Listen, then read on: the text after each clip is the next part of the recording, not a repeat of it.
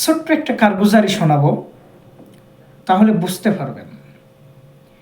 এই যে পোলাপান ছোট্ট থেকে মাদ্রাসায় দিয়ে দেয়, মা বাবার আদর স্নেহ মায়া মহাব্বত ভালোবাসা সব কিছুই থাকে প্রত্যেকটা মা বাবারই। কিন্তু এই যে ছোট্টবেলা থেকে 7 বছর 6 বছর বয়সে কি করে, মাদ্রাসায় দিয়ে দেয় বাচ্চাদেরকে পড়ার জন্য, কোরআনুল কারীম শেখার জন্য, আল্লাহকে চিনার জন্য, নবীজির আদর্শকে মানার জন্য, একজন সৎ স্কলার হিসেবে আসার জন্য। হ্যাঁ, স্কুলে যারা পড়ে তারাও আল্লাহওয়ালা হয়, নামাজওয়ালা হয়, কোরআনওয়ালাও হয়, ইঞ্জিনিয়ার হয়, প্রফেসর হয়, ডক্টর হয়। সো এগুলা দ্বারা আমাদেরকে দরকার আছে। সর্বপ্রথম আপনার সন্তানকে আপনি কোরআন দিয়ে লালিত পালিত করেন। আপনার সন্তানকে সর্বপ্রথম কোরআনুল কারীম দিয়ে লালিত পালিত করবেন।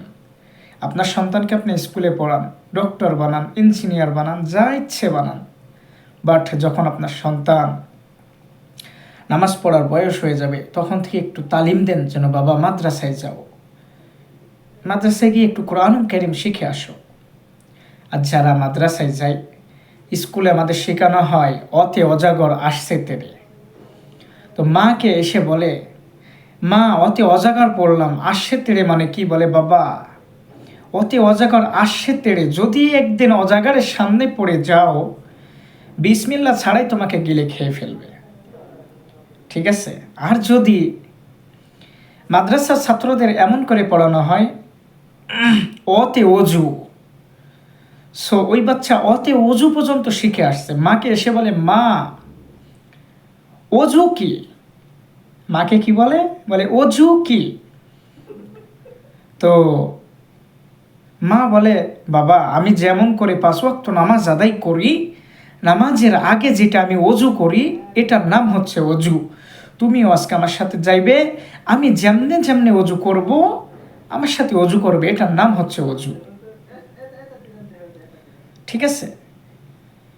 যখন বলা হয় অতে অজু করা, ঠিক আছে না, আতে আল্লাহকে খুঁজে পাওয়া।